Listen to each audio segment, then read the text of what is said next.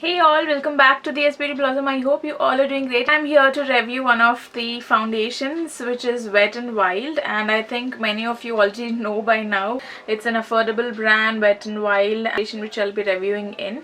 You can see it comes in this pretty glass bottle. It's a basic packaging, but you have all the basic information which you need, with the shade name, and it says it's a photo focus foundation and it doesn't give photo flashback. I will take few pictures and then I'll put if that photo flashback is true or not, but I actually use this foundation and I'm pretty happy with this foundation. For today's look I have used this one. I also put some snippets where I am using this foundation and my feel on it, but the one thing which I like about this is the packaging, which is very easy to apply. It comes in this kind of plastic wand. It's very easy to apply and then blend it on. You can use a sponge and then the brush to blend this foundation. But with the brush you get full coverage. I mean, not full coverage, this is a low to medium coverage, but the medium full coverage whatever you can get out of this foundation you can use a brush. But again, if you use sponge it will shear down the foundation coverage, so it will be very because the foundation tends to soak a little bit of product when you're applying. That way it gives natural finish, and that is how I like most of my foundations to be when I'm wearing it on day-to-day basis to my office and wherever I want to go. But buildable, that's one of the things which I also like, because there are few foundations which I've tried in past which are not buildable. Whenever I apply a second layer of that foundation, it makes my dry patches or dry skin more focused on, and then it clings to the patches. It tends to be patchy throughout the day after a few hours, but this does not do that, which is a great thing. Then shade 373 Amber Beige, which is suitable for a dusky skin tone, which is not too tanned, but if you are too tanned there are other shades. I 10 shades and I am in Amber Beige, but I think Desert Beige would be the right match for my skin tone if I'm little during summertime, but otherwise these both work fine for me. I'm just referring to Nykaa for the shades. I think they should come out with few more shades. Only two darker ranges, which is Toffee and Mocha, but I think they would be good if they add few more shades for people who are not too dark or not too dusky, and in middle of that will be helpful. And this retails for 599 rupees, but most of the time it comes in 50% off, which is around 300 rupees, and that's how I purchase this. I think I purchased this from Flipkart, or if I'm not wrong. But this is also available on Nykaa, Amazon, everywhere. I'll put that links down in the description box so you can go and check that. Recently it came to limelight that this is no more a cruelty free brand. I'm really not 100% sure, but product itself it says cruelty free. It's 30 ml product. It is 1.0 fluid ounces. It comes with this kind of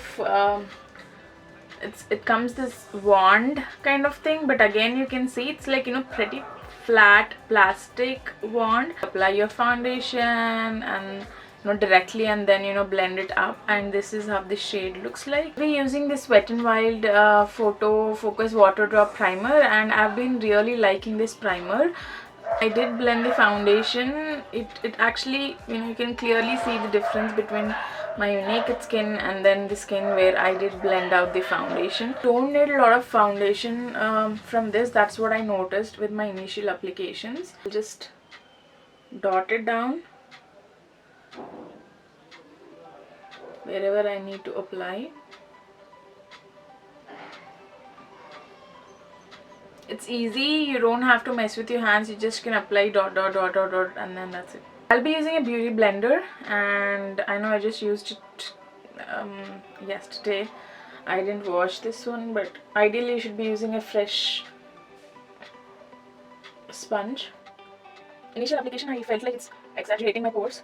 It's a very low to medium coverage. It's not full coverage, but again you can build this up. That's what I really like with these kind of foundations which are buildable. Yeah, this is just one layer of the foundation. Let me just blend it well.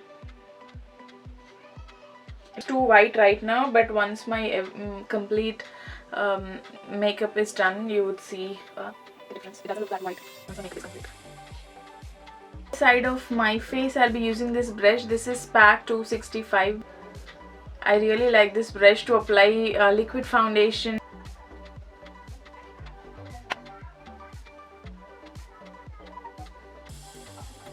you can see the difference on applying with brush and then sponge. This is a little sheer. This is perfect blending with the brush. I think I applied very little here. I'll try to apply a bit more.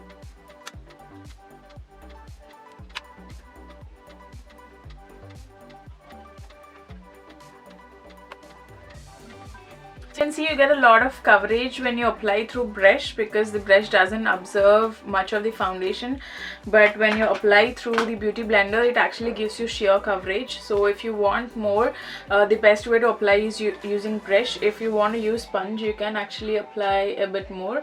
So I'll just apply a bit more so it evens out.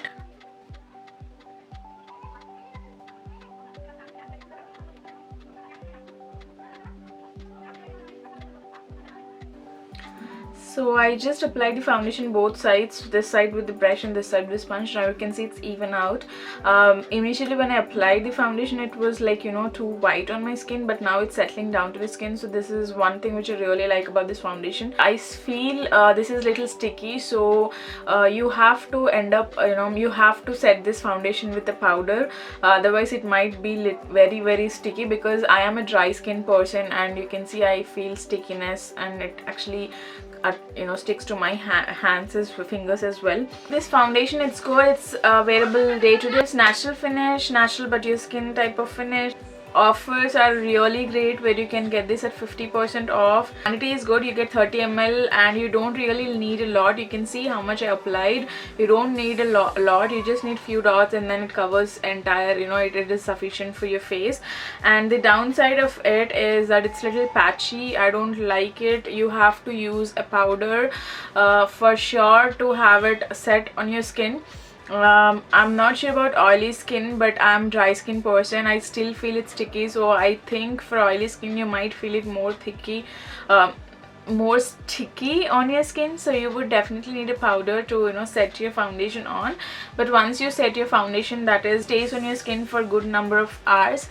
I actually use it to my office where I'll be out of my home for about 10 hours or so, and I never feel any patches coming through, seeping through, or the foundation going wrong here and there.